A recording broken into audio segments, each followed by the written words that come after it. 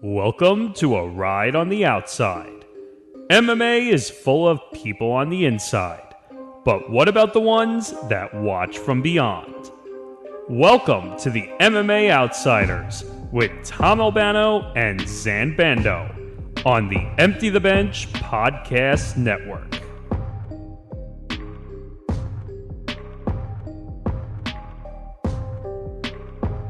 Yes. Welcome to episode number 25 of the MMA Outsiders. That's Zain Bando. I'm Tom Albano, as always. And Zain, we are coming off of one big MMA weekend, and we are heading over to another pretty big MMA weekend as we come off of Bellator in Los Angeles with Fedor's retirement fight, and we head towards UFC in Australia. UFC's first event in Australia in years. And, well, we've also got a lot of headlines coming outside of the cage, from Conor McGregor to Sean O'Malley, even Kevin Lee getting involved, and a couple of pretty interesting boxing tales. So we've got a lot that we have to discuss, and before we get into any of that, I want you to make sure to hit that like button, make sure to subscribe, hit the notification bell, so that way you get notified of everything and anything here on the Empty the Bench Network. From us at the MMA Outsiders to Game On, Empty the Bench, Fruity Cereal, and so much more. This is the first time that Zain and I are going to be on a permanent Wednesday slot now, as Nick and I have been talking about in the little shakeup over the past week at the network. So make sure to keep notified of everything going on with the MMA Outsiders. Usually we'll be airing on Wednesday mornings now. Empty the Bench moving from Wednesdays to Thursdays. Again, that's Zain, my co-host here. You can find him and his work at bjpen.com. Find him on Twitter at ZainBando99. On Tom Albano, you can find my work over at Fansided MMA. You can find me on Twitter at Thomas J. Albano and Tom Talk Sports 9. Apologies in advance, by the way, for how my microphone sounds. Was playing around with settings when I was on a call with friends one day, and it's just kind of how it is right now with this little feedback-ish kind of tone. And unfortunately, Zain and I are kind of pressed for time this week. So right now, put up with it, and hopefully by the time next week, this is all a little figured out more. Zain, before we get into our cards, well, as it turns out, we've been talking about it over the last couple of weeks. Conor putting out his little post on Instagram, the Severe MMA Report. Well, it turns out all of that is true. So after all of that teasing, Zain, from Dana White about special announcements, and then the first time just not delivering, well, the second time, here it is. It is official. What everyone has expected is now official. Conor McGregor will be one of the coaches on The Ultimate Fighter Season 31.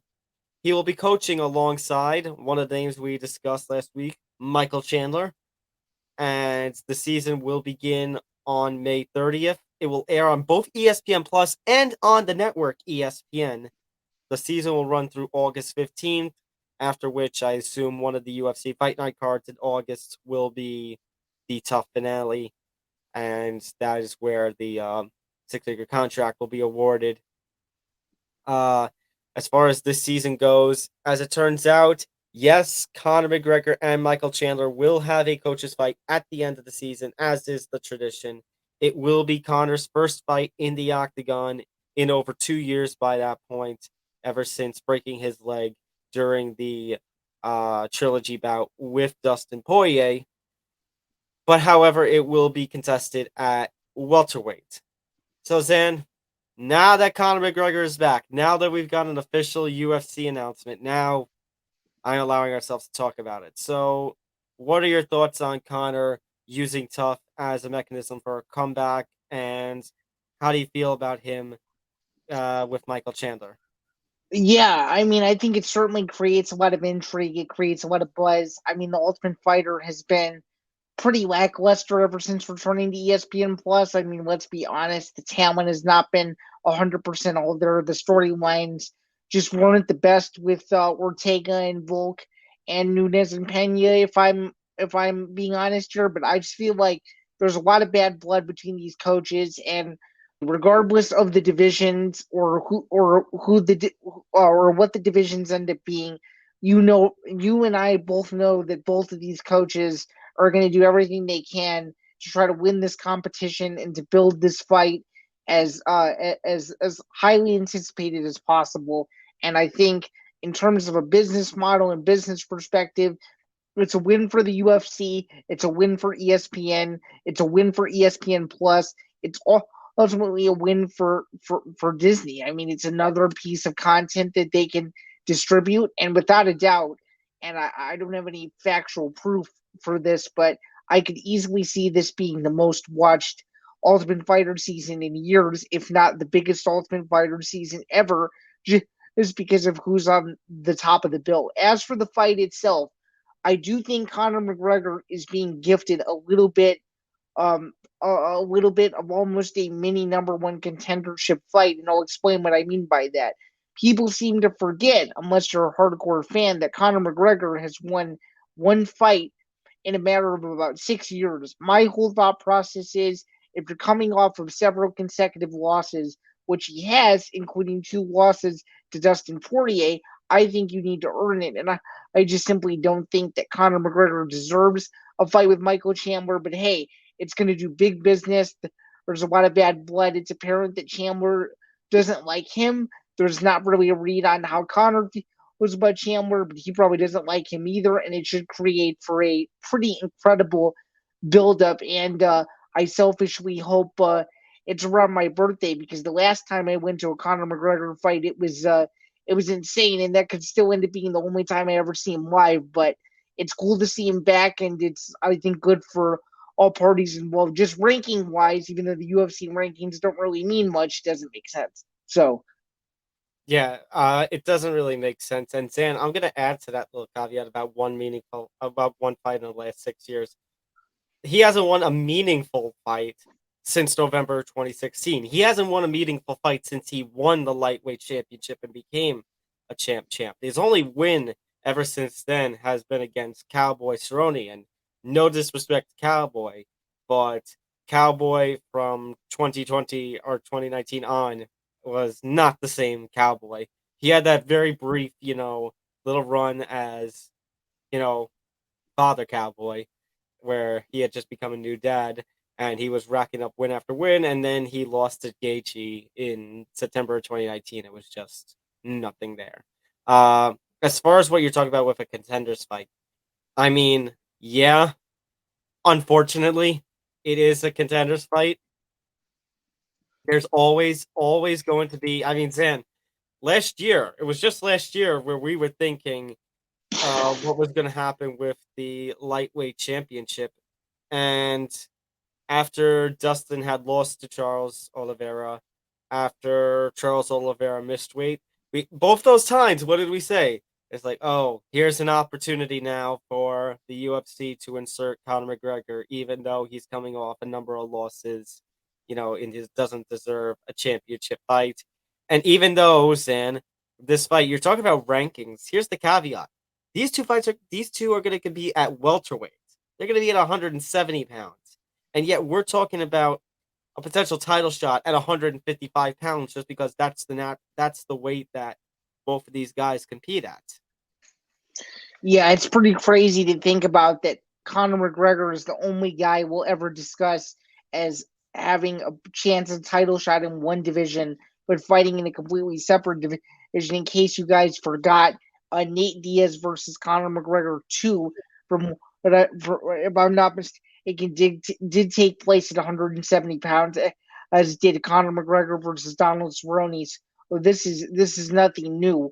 But I will say this though. I think it's pretty hilarious, if I might add, that it's almost like this round robin effect, right? So Michael Chandler fights Charles Oliveira.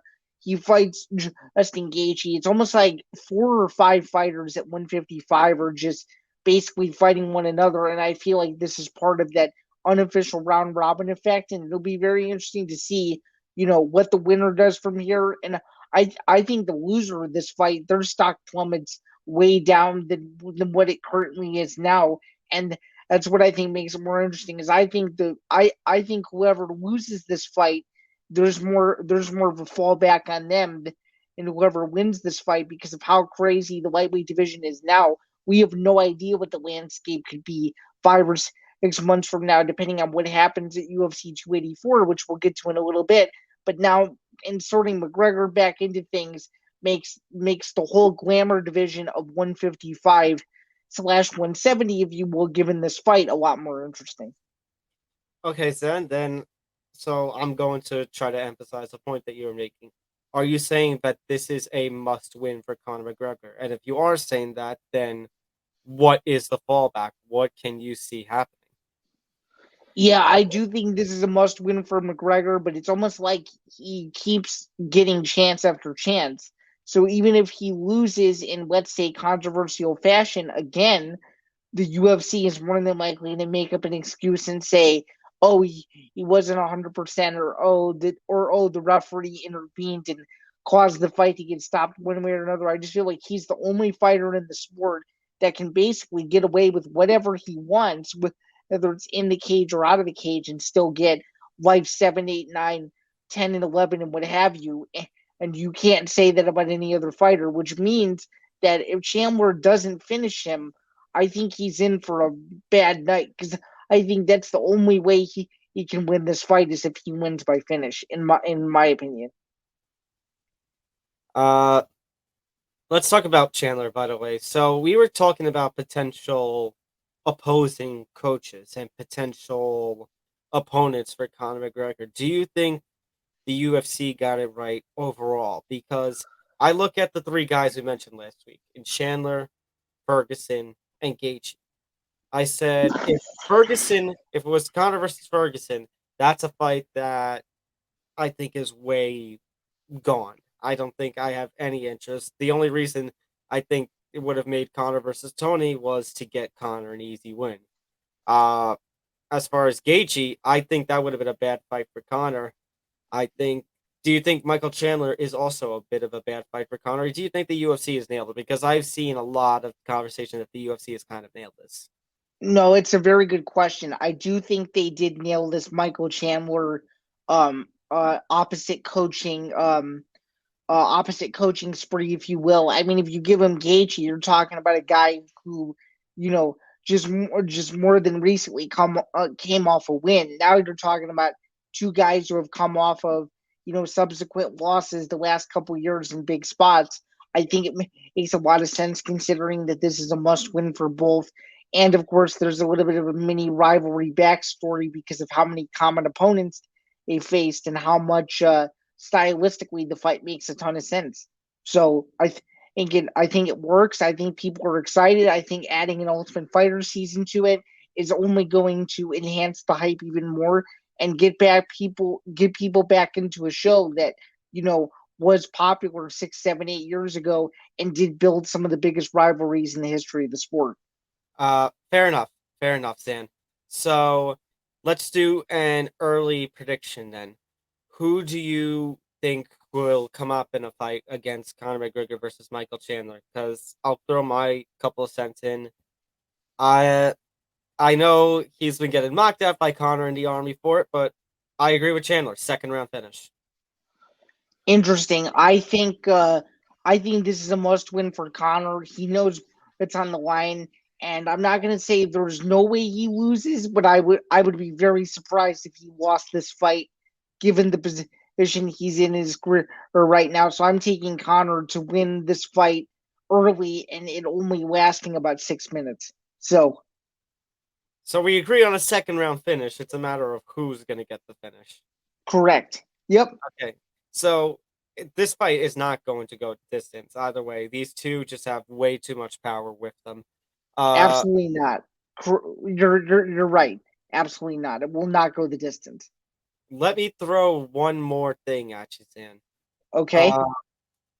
We have competing in a few months one Jorge Masvidal, and we have talked for years and years, and now it's just kind of passed us by, this Conor McGregor or Masvidal kind of fight. But if Masvidal loses to Gilbert Burns in Miami in April, and Conor loses to Chandler whenever it's September or October, whenever they fight, considering the fact that Conor hasn't even entered the USADA pool yet. And I think the tough season, it might also be a little bit of a way to help with that a little bit.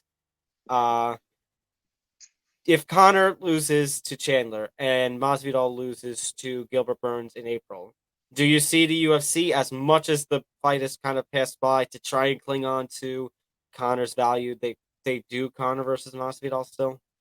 Yeah, that's a good question. It would be the most typical UFC thing ever if they did that. But personally, Tom, I don't think so. The fight doesn't make sense anymore. They're not at the height of their powers the way they used to be. My response to that is it still 2019? The answer is no. And I just don't think the fight makes sense. Now, if they win both of their respective fights, yeah, let's talk about it. Let's try to see if we could do a BMF title with those two coming off wins. I think it makes more sense if they come off wins than if they come off losses. I agree. And I don't think I don't really have any much of an interest in it right now. But as you said, typical UFC. You mentioned the BFF title, though. But what if Gilbert Burns beat Jorge Masvidal? Wouldn't you give Gilbert Burns the BMF title? I mean, yeah, he's been clamoring for it on social media, hasn't he? I think it makes a lot of sense if that belt's on the line for that fight, and if Burns wins, he should get it. Makes sense. All right. Let's get off the counter talk. Let's talk about another golden boy of the UFC, Zan. Let's talk about Sean O'Malley. So, in the announcement of Conor and Chandler competing on Tough and competing against one another, they mentioned John Jones. They mentioned him as heavyweight title night and the 8-fight deal, which we talked about when we did that whole bonanza involving the heavyweight title situation.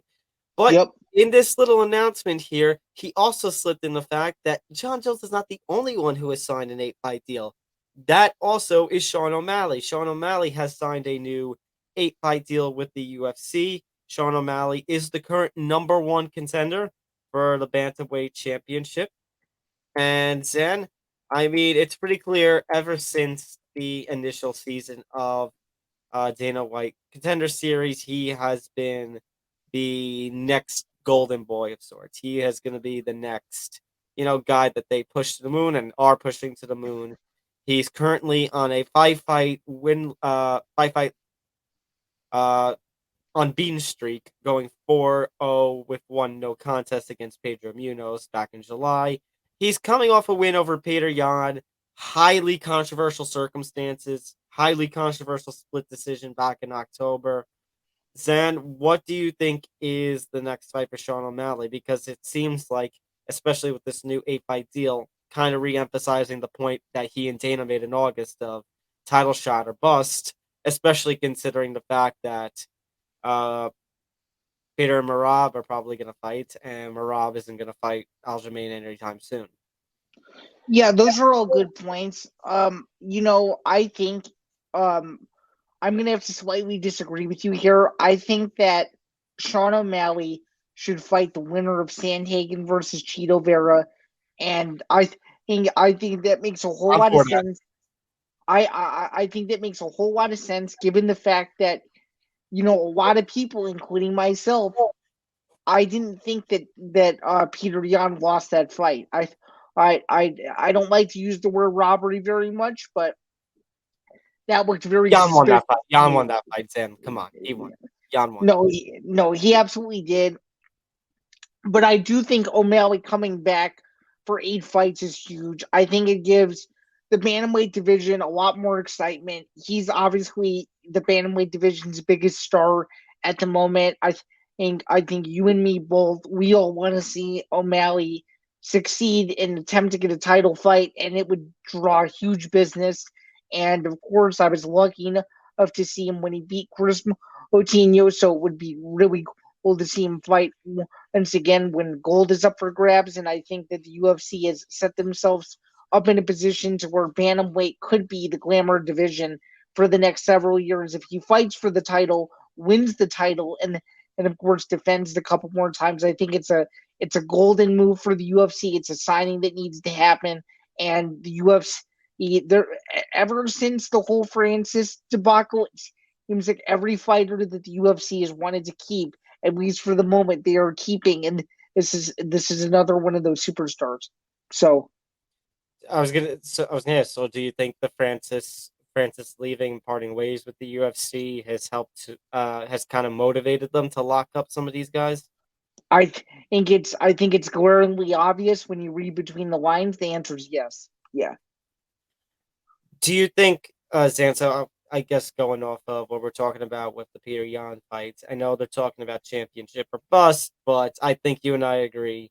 If they were to book Sterling versus O'Malley, Sterling would have his way with O'Malley.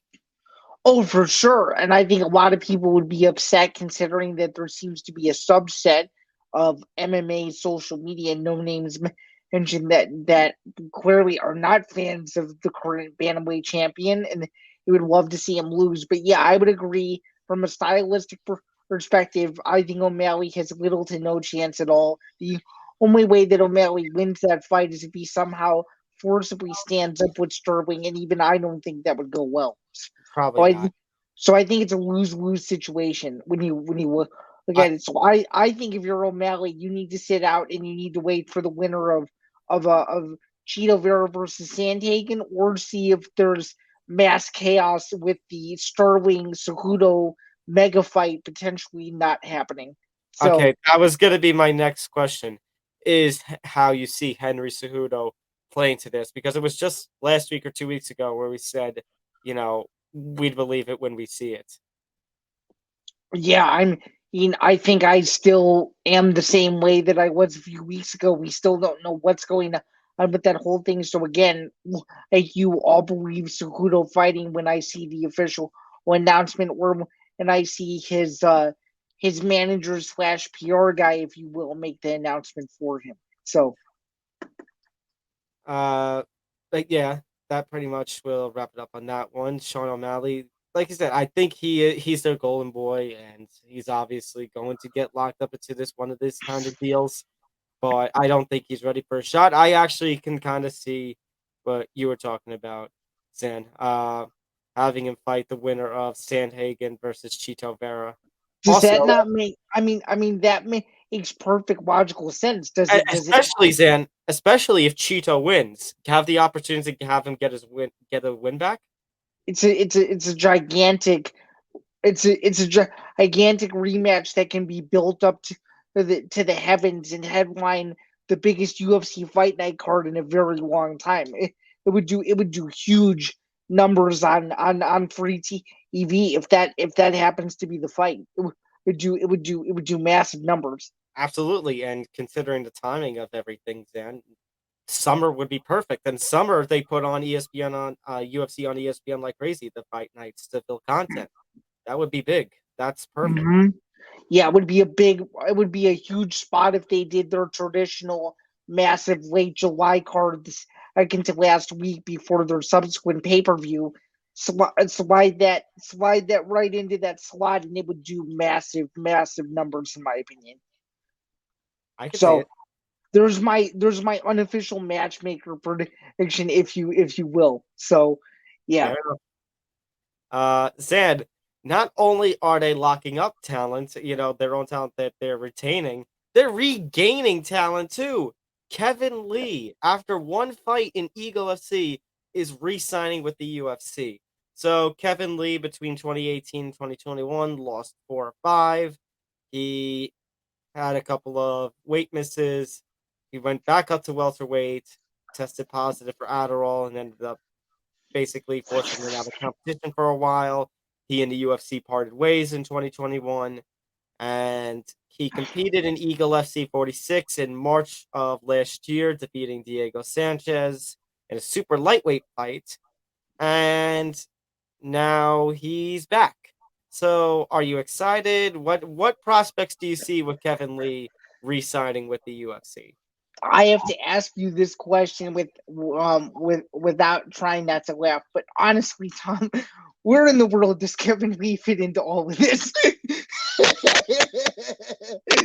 Because now we can finally say it again, right? Where in the world? Hang on, Zen. I forgot my sound effects were down.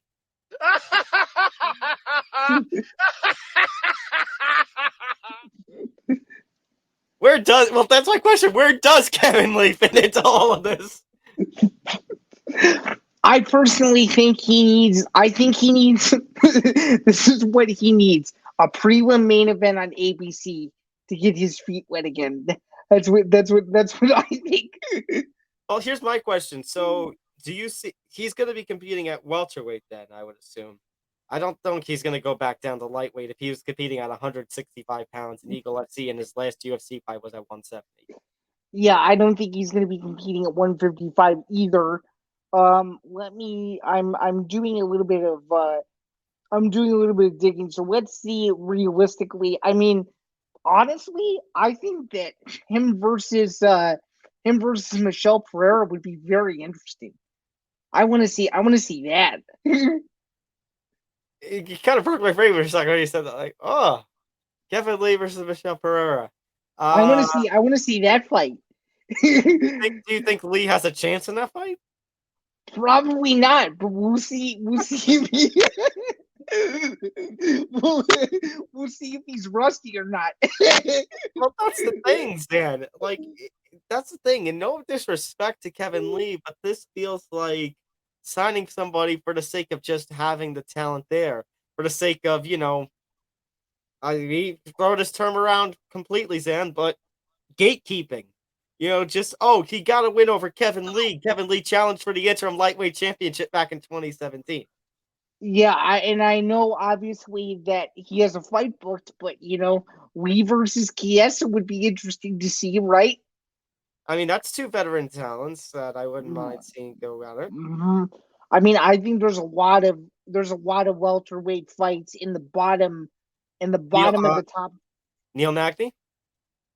Yeah, I mean, considering Neil Magny just came off a loss to Gilbert Burns, that fight makes a whole lot of sense too, because whoever wins, stays in that upper echelon, and whoever loses is likely out of the rankings. Well, we will be unranked anyway going into the fight, but if we wins, he'll definitely have a ranking next to his name if he beats Neil Magny. I think it makes a ton of sense. I also think another fight that would be very interesting is him versus Rachmanov would be an interesting fight too. I think there's a lot of notable fights that you could make at 170 in the bottom half of the top 15.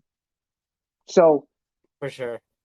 I think I don't know what Kevin Lee's prospects are in terms of, how much success he can get after just one fight away, and that being against Diego Sanchez, which, again, no disrespect to Diego Sanchez, but a win over Diego Sanchez in 2022 means jack. Yeah, I mean, my question would be: is the year 2009? Because I mean that fight was as underwhelming as ever. I mean, let's be honest here. Speaking of, I have no idea what's even going on with Eagle FC, but I digress. What I will say is, it's good to see the Motown Phenom back in the UFC, and we'll see what he can do with his newfound second chance. In the biggest MMA promotion in the world. But those were the two big, I guess, contract transactions / signings, if you will, outside of the cage this past week. O'Malley and Kevin Lee. For sure. And those are our three big stories of the week. We do have fight news, however, Zan. We've got Amanda Serrano versus Katie Taylor 2, May 20th, but not at MSG again. No, it's going to take place in Dublin. Are you disappointed Serrano Taylor 2 is not going to be at the Garden again? No, I'm not. I mean, I think this is a great fight no matter where it is. I think all the pressure's on Katie Taylor now. Amanda Serrano going to her backyard. The first fight transcended women's boxing. There's no way that this fight isn't massive. I'm excited for it. I can't wait to watch it. I've waited for this fight since the second the first fight ended, and I'm very glad that both parties came to a deal. And shout out Eddie Hearn for getting it done, because I do think, as much as we harp on boxing, I think he's one of the few promoters that actually makes the fights that people want to see, and now he's making the fights. Well, good on him. The fight should happen.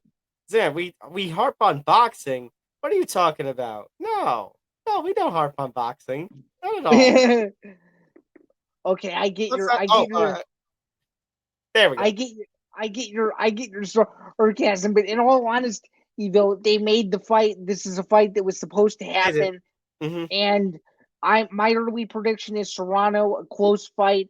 I'd like her to win in round 9 by TKO, but I would not be surprised if Katie Taylor won the fight, effectively ending the series. But I just feel like there's no possible way that we're not seeing a third fight in 2024 in Puerto Rico, because it just makes all the sense in the world. And I really do think Serrano wins this fight to even the score and make the biggest trilogy fight, arguably, in the history of women's boxing. Yeah, Zain, I am perfectly with you. I think that Katie Taylor ended up winning their first fight by split decision in April. I see Serrano getting her win back, and I see her winning in enemy territory. And I see, Zain, as you perfectly said, I see a third fight happening in Puerto Rico. And I think that's just great for boxing. Granted, if Serrano ends up winning or Taylor ends up winning on some really controversial decision, Then we'll that's have to do a third one, no matter what. right. That's what I think. And I But would I would not be. rather, Zain, but I would rather it be a split decision on a very close fight like their MSG card was rather than controversy. Absolutely, very well said. Again, I like Serrano to win in this fight. That's my very early prediction. But for those of you who are paying attention, make sure to write down May 20th on your calendar, because that is a women's boxing match you will not want to miss, not even a little bit. So I'm excited for it. I can't wait. Give me a countdown that I can look at every single day, because that's how excited I am for that rematch. We've also got, Zain, Gamebred boxing. Yes, we talked about George Masvidal earlier in this card. Well, guess what? I mean, earlier in the show. Well, guess what? Now he's going to have his own boxing card. It's going to take place in Milwaukee on April 1st. And no, this is not an April Fool's joke. It's going to be in the main event, Milwaukee's own former UFC lightweight champion, Anthony Pettis, taking on Roy Jones Jr. Yes, the Roy Jones Jr., the former light heavyweight champion of the world. Hey, I mean, I gotta say this, given my close proximity and how close I am to Milwaukee, Wisconsin, I'm very intrigued, and you may or may not see me at this card. This entire initial lineup is just filled with absolutely huge names, and you know what? Gamebred boxing is meant to be freak showish. This fight, kind of fits that description. I mean, no one asked for the fight. I think it's cool that Roy Jones Jr. wants to fight Anthony Pettis. He doesn't have to fight anymore, but it's two big names. Anthony Pettis was a huge name in the WEC, a huge name in the UFC. He still wants to compete. He loves his hometown of Wisconsin, or his hometown of Milwaukee, his home state of Wisconsin, rather. And I think it's a fight that's going to draw a lot of local fans to it. And I think it's a card that Jorge should be proud of. And I think he's just putting together, legends fights. And honestly, who can aim him, right? I think it's good for all parties. Do the fights not make logical sense stylistically? Probably not. But are they going to get butts in seats? Yeah, absolutely. So this is a fight. This is because it's local for me. I'm very intrigued. In this card, regardless of who's on it. I'm just excited. I'm just excited that it's close. I mean, Zain, listen to this lineup: Anthony Pettis versus Roy Jones Jr., Jose Aldo versus Jeremy Stevens in this post-call main event, preceded by Vitor Belfort versus Ronaldo Jacare Souza. Pearl Gonzalez and Gina Mazzani is on the card. Paul Daly is on the card.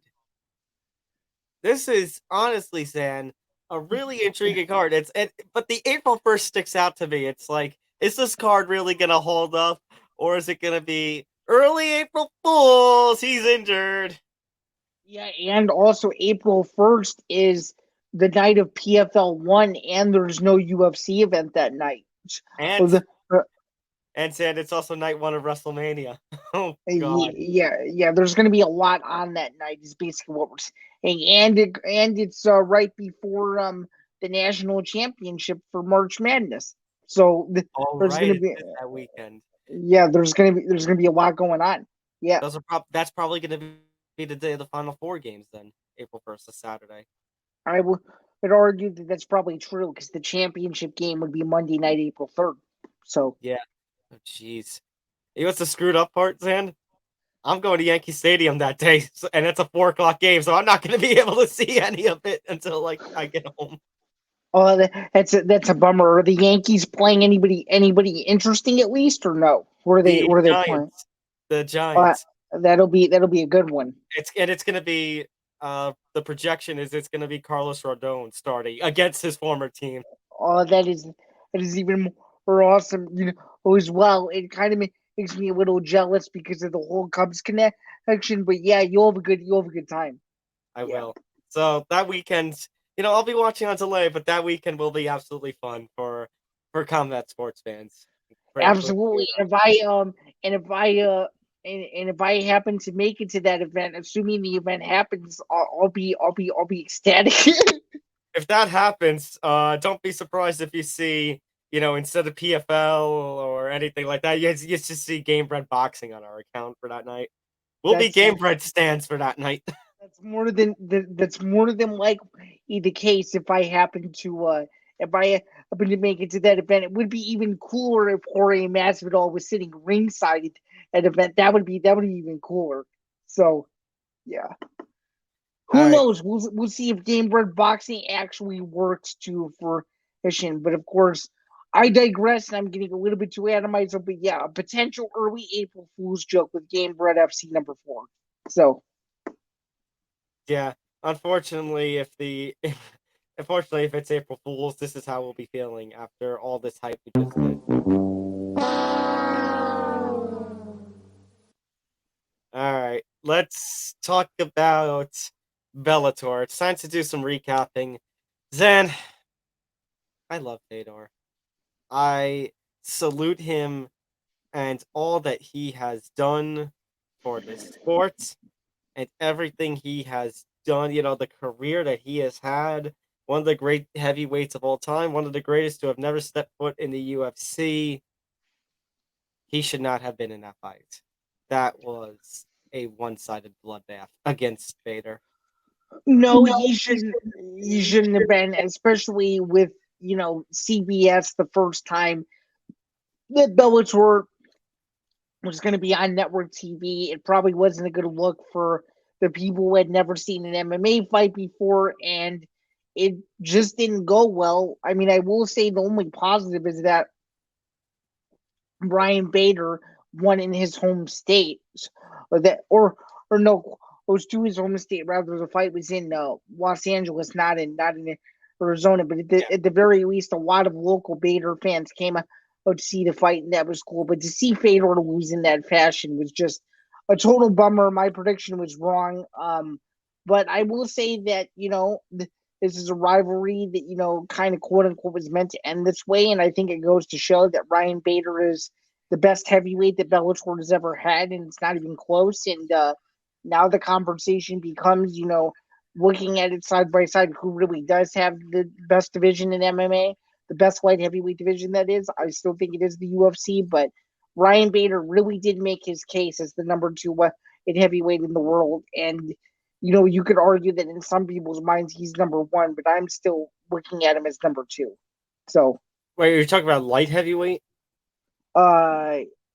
Yeah. Well, I mean, I'm sorry, I know he was a double champion, but it's hard for me to I'll rephrase. It's hard for me to see him as the number 2 heavyweight in the world, given how much talent the UFC still has. Oh yeah, over on the other side.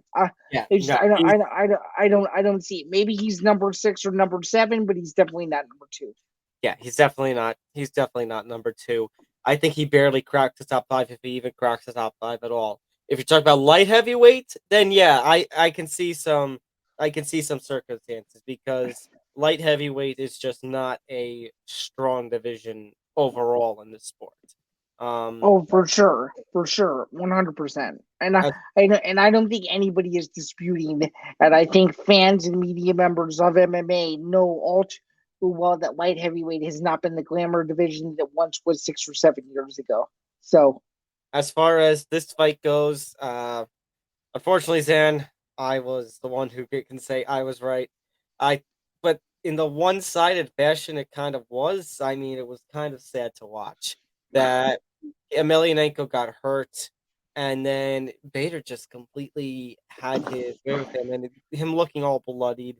It just it was sweet at the end to see all the legends pay respects to him, and yet at the same rate, it just came after an absolutely one-sided beatdown. It was nice to see that Fedor was all smiles afterwards, but uh it's a sad ending to one of the greatest careers, and yet maybe also a teachable moment to younger combat people that even the greatest of all time, one of the greatest in all time, kind of goes out on his back. yeah, I mean, you and I have seen it several times with countless legends over the years that they all have to that most of them, if not all of them, fall in their last fight. And this is just another one of those examples. It's just unfortunate that the best heavyweight over a 10-year period had to have the second half of a career that he did, and to get his heavyweight title shot and not perform, after all the buildup of his, farewell tour, not Yeah. going to fruition was just a total bummer. But I will Yes, say and that, or I was just going to say, I will say though that, from a business perspective, I think Bellator did well. I mean, it was on CBS. Everybody got a chance to see it. I don't think this is the last time we'll ever see Bellator on CBS. I really don't. I hope not. Um, I really don't. Uh, but I will say, away from the fight, I will say this, and I don't know if I said it publicly. I think I did, but the one criticism that I had of this event, I actually had two. There were two criticisms that I had. One of them was, I think you needed 4 fights on the main card instead of 3, and I also think you needed the prelims to be accessible over TV instead of just on YouTube. Those were my only two complaints, given how big the show was supposed to be. Fair enough. Very fair enough. You could have run the prelims on, say, CBS Sports Network or Showtime, and then Yep. the main card on CBS. Yep. I think Zan, going to what we're talking about with the second half of Fedor's career. I mean, just his Bellator run in general. I know we said with a lot we were rating it about 6 or so, but I think with the one-sided loss that it did, Zan, I think it was enough to knock it down to a 5 or a 4 out of 10. His run in Bellator, for all that I praised Fedor for, was really, really underwhelming. Yeah, I mean, to only look at wins against Tim Johnson and Quentin Rampage Jackson to really judge him was kind of And unfortunate. Frank Mir and Chael Sonnen, one of whom True, isn't even a true heavyweight. true. Luckily enough, I was at the Frank Mir fight, so I was able to see a glimpse of Fedor winning a fight. The other Fedor fight I went to was near the end of the Strikeforce era when he lost to Dan Henderson. But yeah, as you alluded to, his Bellator run just wasn't what, kind of what they were hoping for. And, you know, they got an aging star, and sometimes those things are going to happen. And I think it's just about how we view his whole career, holistically, instead of the second half of it, because really his career was him dominating in an era where no heavyweight, not even Randy Couture, was as dominant as he was. And that's the unfortunate thing. We never got to see Randy Couture versus Fedor Emelianenko. We never got to see Fedor versus Brock Lesnar. Those were the two fights that got away to determine who the baddest man on the planet was. And I think you and I both know who would have won those fights. I think Fedor, in all due respect to Brock and Randy, I think Fedor would have won those fights rather easily, and I think he would have showed that he was the man of that era. But I do think when looking at his career, we should look at it holistically and not judge him based on really the second half of a Bellator run that just didn't go according to plan. That's really what it was. So, Fair enough. Oh, Zan, by the way, what did you say before? Sometimes these things happen in MMA. I mean, I just said, I mean, besides besides what Gus Johnson said, which is true, I just said that I don't think we should judge him based on his past failures and in a promotion that, in my opinion, probably didn't give him the greatest level of competition. Saying that's the So, joke. You said sometimes these things happen. Every time you say sometimes these things happen, that sound effect must come out. It's going to be one of the laws of the show. okay, hey, okay, fair. That's true. I will admit that I did say it, and the sound effect did deserve to be played. But my point still stands. We should not judge Mr. Emelianenko based on the last 4 to 5 years of his Oh, yeah. career, and you should definitely look at his career more holistically than maybe people give him credit for. Also, one thing, Zan, I would give a little criticism for, not harsh, nitpicking and all that. I wish we could have had a fuller Lenhart introduction for Fedor. I was waiting for it to be extended, and it never happened. It should have been her doing the main event. No, all due respect to Michael C. Williams. Agreed, agreed. And we obviously don't know her schedule, but I'm sure there were talks. I don't know that for sure, but yeah, it would have made logical sense to have her there that night, without a doubt. Let's also talk about Zan, the other two main card fights. We had another championship fight, Johnny Eblin defeating Anatoly Tokov. Uh, Nothing much I can honestly say, Zan, except this was a one-sided whooping, as we say in this world. Yeah, this was a surefire ass kicking, if you will, and I'm gonna say it. A couple of other people have said it. If you were to ask me who would win between Eblin and Pereira, I would honestly pick Eblin to beat the current UFC middleweight champion. I literally think he's that talented. Uh, I don't know if I would go that far, but I will say that I think Zan, what we have seen from Eblin in his last fight when he won the championship and he beat Tokov, Zan, I think there's honestly a chance we could be in, dare I say that this could be on freezing takes and old takes exposed. We could be living in the Eblin era right now at middleweight for Bellator. Yeah, it's very likely possible, and just from the start of the fight, you could just tell that Tokov had no chance to really do anything offensively, and the whole fight was dictated by Eblin doing whatever he wanted, hurting him several times, using his wrestling. Like, he did everything he wanted to do, and it was just a master class by the champion. And he fought really well. I will say this though, Tokov, he hung in there for the full 25 minutes. At various points in that fight, I thought it could arguably have gotten stopped, but it did not. And I think it just showed that Eblin is in a pure class of his own at 185, and it'll be interesting to see, what happens going forward with the rest of the division, who he fights next, and just kind of how his Bellator legacy progresses. Because now you've got two big wins, one against Musasi and of course Tokov. I think Eblin's going to be a guy to watch in 2023, especially in a division that likely needs a little bit more if you will. I think Eblin being the champion is the perfect backdrop. Oh, by the way, I will say this about the third and final fight on the main card. I was dead right. You were dead right. We were both dead right. And Zan, this was a beautiful fight. I thought they nailed it on the opener. I thought Ward and Hamasi delivered. That was a crazy fight. I will say this: the referee is insane for not stepping in and stopping that fight 3 minutes earlier because Homasi was taking a beating near the. And I mean, I don't know if you've seen that much blood in the finish, but that's one of the ugliest scenes in a fight that I've ever seen in my entire MMA viewing career. That was pretty brutal. Zan, he was allowing Sabah to be a warrior. No, you moron.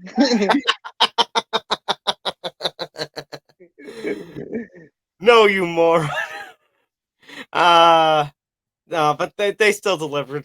Ref shenanigans aside, they delivered. I did enjoy Ward and Hamasi for all that it lasted.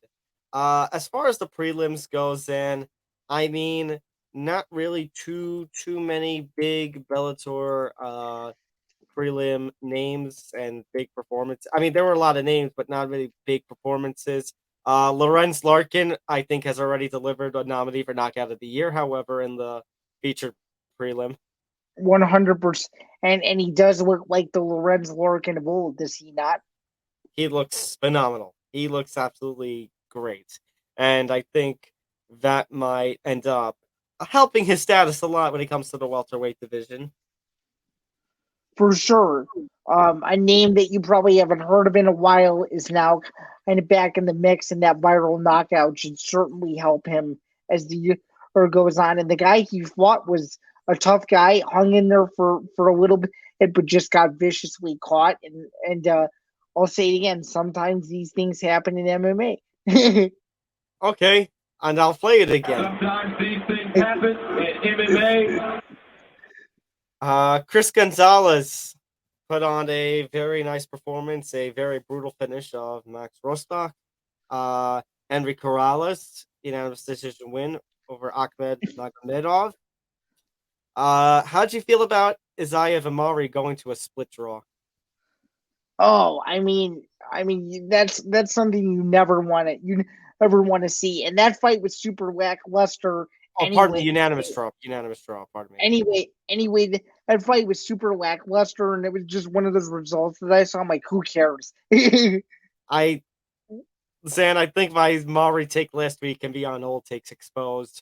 But yeah, I mean, Maury's. You were hyping him up. I mean, but Zain, Maury's lackluster performance combined with this, I hate to say it, but Zain, you're right. I feel like that next heavyweight title fight, they might do a Moldavsky rematch with Fedor.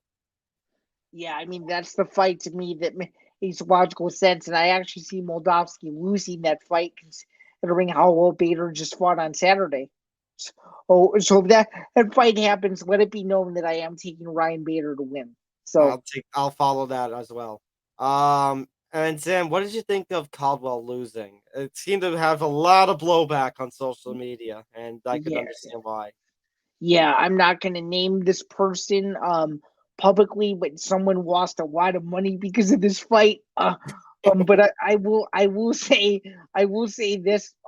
It's one of the worst decisions I've ever seen in all my years of watching Bellator. I don't know how elbows from the ground. Like I'm not trying to call them wimpy elbows, but I don't know how lower tier elbows from your back, as you're going up for submissions or something, wins you a fight. It's one of the worst decisions I've seen of the year so far, in a fight that I don't want to see replayed again because it was just that lackluster, and a fight that Caldwell seriously got screwed in my opinion. I agree. Flipping over briefly, Zain, to the UFC, Sergey Spivak. Let's say this one wasn't even close.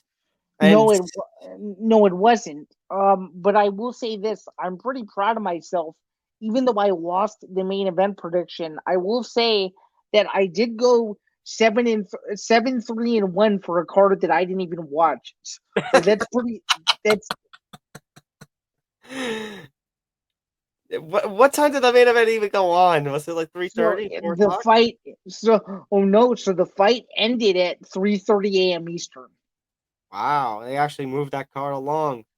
Yeah, I may or may not have stayed up to follow what was going on Twitter, because I gotta say it's another one of those cards that we were crapping on, and the fights were actually really good.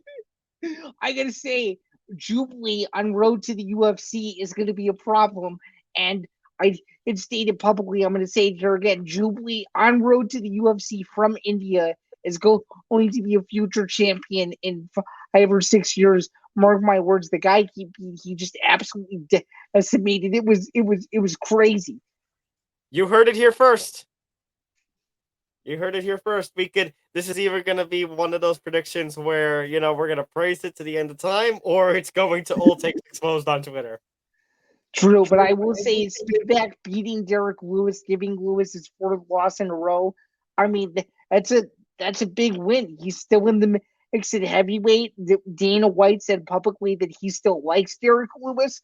Him losing 4 in a row, I just don't see what the appeal is anymore. Like, if he's not gonna If he's not going to fight well, who cares? And I'm going to follow that with the Dana phrase. I love Derek Lewis with all my heart. I think he's a great personality. I think you can train him for the booth and such. I think you could do a podcast with him. I'm going to throw the R word. I think it's time for him to retire. Interesting. Okay, I could see it. And it's unfortunate because he was a star a couple years ago, and he just doesn't have the fan flair that he used to. And I thought he was going to be Mr. Apex again, and unfortunately, it didn't happen. And he just got dominated from the second the fight started. But I think he's only got Zain. I think he's only got maybe one or two more in him. I think it's over with him. Agreed. This is my plea to the UFC, and I know they'll listen because they understand. Do not start UFC events at 10 p.m. Eastern and expect us to stay up till 3 in the morning because nobody did unless you were a diehard. So that's okay, Zain. You know what? We won't start it at 10 p.m. Eastern. No. We'll start our next card at midnight Eastern. Yeah, that means I'm definitely not watching it then. No matter who is fighting, I might add. Unless on one condition, unless it's UFC 300, then yes, of course, because it's 300. But outside of that, no way. I mean, I was going to make a joke about UFC 300 would actually start at 2 p.m. because it's going to end up being an Abu Dhabi card, but they can't take that away from Vegas. No, they're gonna keep it in Vegas and make sure that Jim Miller gets on UFC 300 just like he did for UFC 200 and UFC 100. Yes, absolutely. That's what I want. All right, Zain.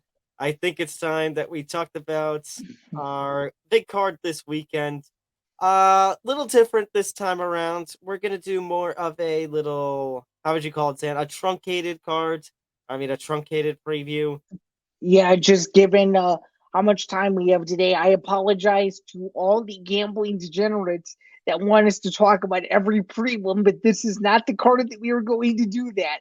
If you don't want to hear really just our main card predictions, it might be time to turn it off. But if you guys are loyal listeners, please stay with us because we do have predictions for some of the key fights on the card, of course, with the main event and the co-main event. So let's get started. First off, we have Islam Makhachev taking on Alexander Volkanovski, number 1 versus number 2 in the pound for pound rankings.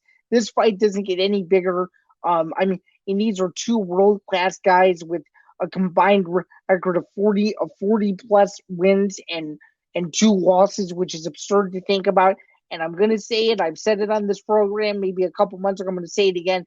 Alexander Volkanovski is going to dethrone Islam Makhachev and become the new UFC lightweight champion in Australia. I said it 3 months ago. It's going to happen, and it's going to happen on Saturday. He will win the lightweight championship, and he will give Makhachev his first loss in the UFC, but his first true loss in mixed martial arts. I just think Volkanovski fighting at home is going to be too much for Makhachev. If you watch the Countdown show, he's doing a lot of work with, the guys over in Thailand, and he's just really enhancing his game at every level. He looks like he's in the best shape I've ever seen him in. I'm all in on the Volkanovski in this week, and I think he wins in the 3rd round by TKO to become the new UFC lightweight champion and become double champion for the first time in his career and become the 5th UFC double champion ever. So yes, I'm picking Volkanovski in his backyard. Finish? Yes, he's going to finish Islam Makhachev. Oh. Yeah. Oh my God, that is a take. I think Volkanovski's hand. I will agree that he has the best chance to defeat Makhachev. I think Volkanovski, if he can keep this fight standing, I think he could pick apart Makhachev on the feet. The other thing, Zain, is I don't think that's going to happen. I think Makhachev's wrestling is going to be too much. I think Come on! I think Volkanovski survives. But I go Makhachev by decision. Oh, come on! Then that makes one of the biggest fights in years even more boring. We don't want to see that. No way. I just think Zan. This is Zan. For what you've been hyping about Volkanovski for the last 3 months, I've also been hyping Makhachev as going to be dominating the lightweight division. So honestly, I don't want that to come change. on. Oh, we want more parity in the UFC. We don't want more typical. We want parity. We want an excitement. The most exciting thing that we can see is Volkanovski winning this fight, and that's what I truly think is going to happen. I also think that Volkanovski lands one successful takedown on Makhachev. That's my other. You're going all in on this. I actually think that Makhachev may or may not get out wrestled by the Australian. There we go. Wow. Oh, I said he's going to get. Let me ask. Do you think Khabib stepping away from MMA completely is going to affect Makhachev? Very, very. It's a solid possibility. Yes. Let's go one step further, Zan. So let's say your boy Volkanovski becomes champ.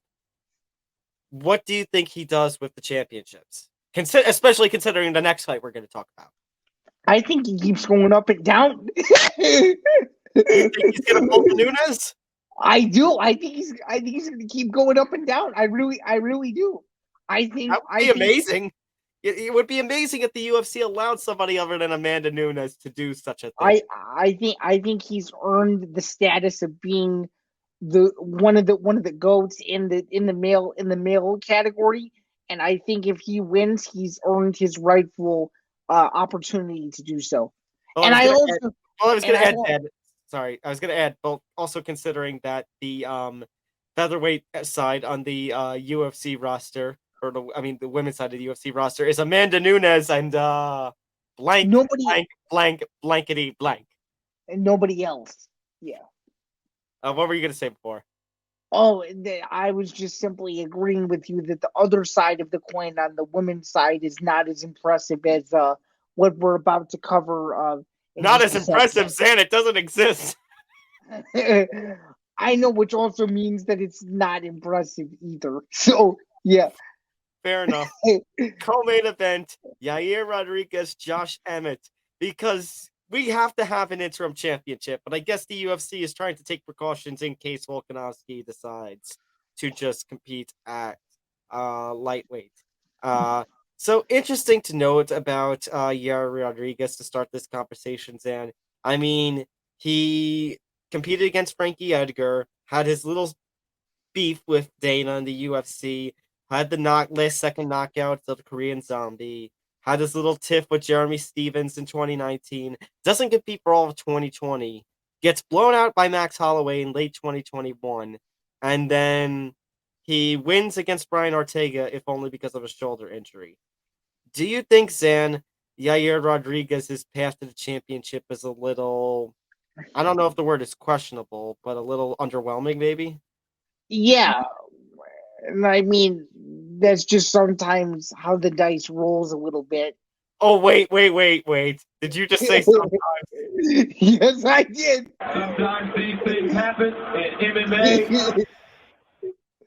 So there we go. Yair Rodriguez is a pure talent, but I've been high on the Josh Emmett train since 2019, and I actually think that Josh Emmett is going to use his wrestling and his kickboxing to win a 48-47 unanimous decision and beat Yair Rodriguez to become the new interim UFC featherweight champion and potentially the new vacant UFC featherweight champion, depending on if Volkanovski does not come back to his rightful weight class. It's not that I don't like Rodriguez, but I just think he's gotten a little bit of a soft draw the last couple of years, and I think Josh Emmett has earned it.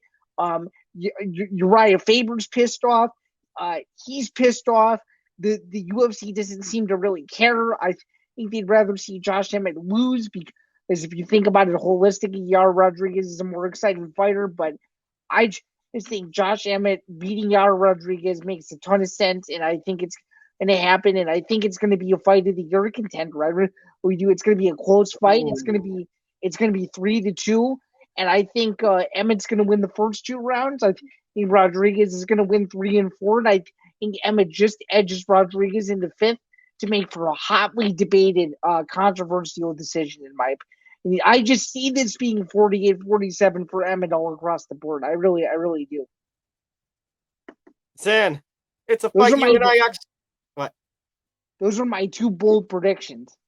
All right. For this card. Zain, it's a fight you and I actually are going to agree on. I agree with you. Emmett, unanimous decision, becomes interim champion. I think that personally he's got, as I just said, considering Yair's inconsistencies over the last couple of years, his questionable chin, I think Emmett just has a lot of momentum riding. I think, as you mentioned, he's pissed off. I think he's got a whole bunch of. I think he's on a fight win streak and has like 7 or 8 wins of his last 8 or 9. I think he basically is riding a whole bunch of momentum. He is, in my opinion, the modern day Matt Win-Win that the UFC never got. Well, he's got an opportunity to achieve something Matt Levin never achieved. That's true. 100%. But I just think this fight is awesome, and I think eventually whoever wins is going to be promoted to the lineal UFC featherweight champion, depending on what happens with our guy at the top. Well, when you look at the rest of this card, Tom, the one fight that sticks out to me is Mr. Jimmy Crute fighting Alonzo Menifield. There's no way that fight goes the distance. I think somebody's going to be viciously knocked out in that fight. Zain, I completely agree. I think this is my other fight that I have my eye on. Crute and Menifield are 2 entertaining. For all that we talk about, Zain, with light heavyweights, I think Crute and Menifield are 2 very interesting names at this. And as you said, they're 2 names that deliver power, and this fight's not going to distance. I think for early best bet you could put on this one does not go to distance. No, and I actually think so. I'm making another bold prediction. Someone in that fight is getting knocked out with a brutal head kick. That's gonna be on highlight reels for years and years and years to come. Oh, Zain, you are Mr. Bold Prediction today, I have to say. Yeah, I'm very intrigued by this card down under this weekend, and I may or may not have been counting down the days to UFC 284 simply because of the main event. But this card for the hardcores is a good card.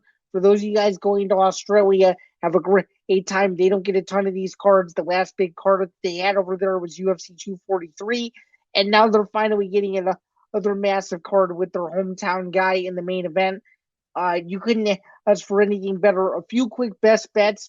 Randy Brown, Madalena did not go the distance. Tyson Pedro money line I like a lot. Parker Porter, Justin Tafa does not go the distance, and Jimmy Crute is going to beat Alonzo Menifield. If you were to bet, I would bet Jimmy Crute money line in that fight. I'm gonna say Jimmy Crute versus Alonzo Menifield does not go the distance. Tafa versus Porter, Zain. Not only will that one not go the distance, it better not go the distance. If Tafa versus Porter goes the distance, we are in for a long night. Yeah, for sure. But I will say this: for those of you who are thinking about ordering the pay-per-view, order it early, because in my opinion, this is one of those cards where the ESPN Plus servers could easily crash, given how big the main event is, and of course, it's in the middle of a packed sports weekend that will see tons of college basketball, UFC 284, and of course, the long-awaited Super Bowl, which I will be covering. And I will not be in the air yet when this airs, but it'll be a few hours until I am in the air to fly to Phoenix to see the Eagles play the Kansas City Chiefs in the Super Bowl to determine who is going to win Super Bowl 57 in Glendale, Arizona. Another fun fact about that is I do think it's kind of some crossover content here. I do think that Travis Kelce and his brother could have made for some pretty darn good MMA fighters. What do you think? I think they could have. I think they really could have. I think they both had the power, and I think also, Zain, they've got some great personalities.